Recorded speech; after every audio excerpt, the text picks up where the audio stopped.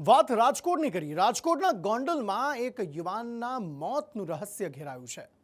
એક સપ્તાહથી ગુમ યુવાનનો અચાનક મૃતદેહ મળ્યો અને શરૂ થયો ગંભીર આક્ષેપોનો સિલસિલો। મૃતકના પરિવારે પૂર્વ ધારાસભ્ય સામે હત્યાના આક્ષેપ કર્યા, જો કે પોલીસે આ આક્ષેપ નકારી કાઢ્યા છે। સીસીટીવી ફૂટેજની આખી શૃંખલા સામે આવી, પણ ઘણું બધું હજુ પણ ખૂટે છે। રાજકોટનું ગોંડલ ચર્ચામાં છે। કારણ છે એક યુવકનું મોત, જે હત્યાના આક્ષેપ અને અકસ્માતના દાવાની વચ્ચે વિવાદમાં છે। યુવાન અચાનક ગુમ થઈ જાય છે અને થોડા દિવસ બાદ તેનો મૃતદેહ મળી આવે છે। આ સાથે જ વિવાદોની વણઝાર સર્જાય છે। આ વણઝારની ઘણી કડીઓ હજુ સુધી જોડાઈ શકી નથી અને રહસ્ય સતત ઘેરું બની રહ્યું છે। રતનલાલ જાટ નામના એક વેપારીએ આક્ષેપ કર્યો કે પૂર્વ ધારાસભ્ય જયરાજસિંહના બંગલામાં તેમને અને તેમના પુત્રને મારવામાં આવ્યો। ત્યારબાદ પુત્ર ગુમ થઈ ગયો। और उस दिन जो भी हुआ था वो मैंने पहले दिन से ही मतलब वो FIR भी कर रखी है, बोले फरियाद भी की, सब कुछ की। 3-4 दिन कोई भी मतलब पुलिस ने इधर उधर गोल गोल घुमाया मेरे को, और मतलब कुछ भी समझ में नहीं आया मेरे को। और अब मेरा बच्चा मेरे को मरा हुआ बता रहे हैं। अब मेरी हालत ही इतनी नहीं कि मैं ज्यादा कुछ बोल सकूं। રતનલાલ જાટે પોતાનો પુત્ર ગુમ થયાની ફરિયાદ 5 માર્ચના રોજ પોલીસે સોંપી હતી। તેમણે ગોંડલ શહેરમાં પુત્રના ગુમ થવાના પોસ્ટર પણ લગાવ્યા હતા।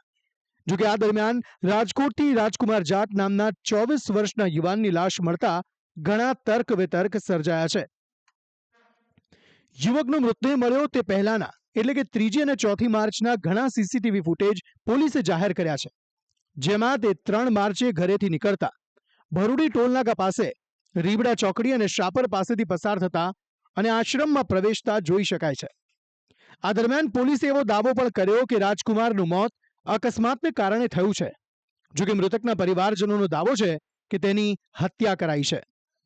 મૃતકની બહેને દાવો કર્યો છે કે ગોંડલના પીઆઈએ સ્વીકાર્યું છે કે તેમના ભાઈને જયરાજસિંહના બંગલે મારવામાં આવ્યો હતો, જેના સીસીટીવી ફૂટેજ પણ છે, જો કે આ ફૂટેજને જાહેર કરવામાં નથી આવ્યા। अरे वो मेरे को खुद यहाँ के जो देसाई साहब, क्या नाम है उनका, लोकल पुलिस के हेड है वहाँ पे, गोसाई, हाँ, उन्होंने खुद ने बोला कि मैंने सीसीटीवी फुटेज देखा है। मैंने उनको बोला कि उसमें क्या आया है, मारपीट हुई है कि नहीं हुई। उन्होंने मुझे साफ बोला है कि मारपीट हुई है। फिर मैंने बोला अच्छा पहले किसने मारा, तो बोला कि पहले नहीं, आप ये समझ लीजिए कि पहले उसने मारा। अरे समझना नहीं है, मैंने कहा मुझे रियलिटी बताओ आप। तो उन्होंने बोला, ये एक्सेप्ट किया है कि मारपीट उन्होंने शुरू करी है। तो फिर वो उसने अपने बचाव में वापस से उसने प्रतिकार किया। बाकी वो ऐसा नहीं है कि चलते फिरते किसी को भी मार देता, वरना यहाँ से यहाँ आते हुए मारता ही। मेरी इतनी बात है, बस अब मेरे को मेरे भाई को लेके जाना है बस, ठीक है। ये साफ मर्डर है और इसके अब मैं इसके लिए लड़ूंगी बस। પોલીસનો દાવો છે કે તેની પાસે મૃતકને લગતા ઘણા સીસીટીવી ફૂટેજ છે, જેમાંથી છેલ્લે જે ફૂટેજ જાહેર કરવામાં આવ્યા છે તે 2 માર્ચે રાત્રે 11 વાગ્યાના છે, જેમાં જોઈ શકાય છે કે રાજકુમાર જયરાજસિંહના બંગલામાં પ્રવેશે છે। ત્યાં હાજર કેટલાક લોકો તેને ખુરશી આપીને બેસાડે છે અને તેની સાથે કંઈક વાતચીત કરે છે। પોલીસનું માનીએ તો પિતા પુત્ર વચ્ચે ઘર કંકાસને લઈને ઝઘડો થયો હતો। તે પહેલા યુવક બંગલામાં ગયો હતો, ત્યારબાદ તેના પિતા પણ અંદર પ્રવેશ્યા હતા। પોલીસનો દાવો છે કે 7 થી 8 ગાર્ડ સાથે બંનેની બોલાચાલી થઈ હતી, જો કે યુવકને મારવાની વાત પોલીસે નકારી કાઢી છે।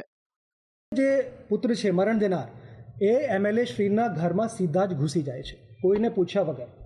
ત્યાં જે સિક્યોરિટી ગાર્ડ છે એમને વાત કરે છે, એમને બેસાડે છે અને ત્યાં વાત થાય છે। એમના પિતાશ્રી છે એ પણ ત્યાં આવી જાય છે। બધી અમારી પાસે ફૂટેજ છે, એ આપની સાથે શેર કરીશું। એકદમ ટ્રાન્સપેરન્સી સાથે તપાસ કરી રહ્યા છીએ। જે ફૂટેજ છે એ પબ્લિક સ્પેસમાં ઉપલબ્ધ છે, તમામ ગ્રુપ્સમાં શેર કરવામાં આવી છે। આ જે વ્યક્તિ છે પોતે ચાલીને જાય છે, હાથમાં પાણીની બોટલ હોય છે અને આરામથી ચાલીને જાય છે, અને કોઈ ચાલી નહીં શકતા હોય તો વ્યક્તિ ગોંડલથી ચાલીને રાજકોટ કુવાવડા પોલીસ સ્ટેશનની હદ સુધી પહોંચી શકતો નથી। બંગલામાં પ્રવેશના બીજા દિવસે એટલે કે 3 માર્ચથી રાજકુમાર ઘરે પાછો ન ફર્યો। તેના પરિવારે આ અંગેની પોલીસ ફરિયાદ પણ કરી હતી। આ દરમિયાન તાજેતરમાં જ કુવાડવા પાસે રાજકુમાર ઇજાગ્રસ્ત હાલતમાં મળી આવ્યો। તેને સારવાર માટે પણ ખસેડાયો, જ્યાં તેનું મૃત્યુ થયું। જે રીતે મૃતકના પરિવારજનો મૃત્યુને હત્યા ગણાવી રહ્યા છે, તેને જોતા પોલીસના દાવા સામે પણ સવાલ ઉઠે છે।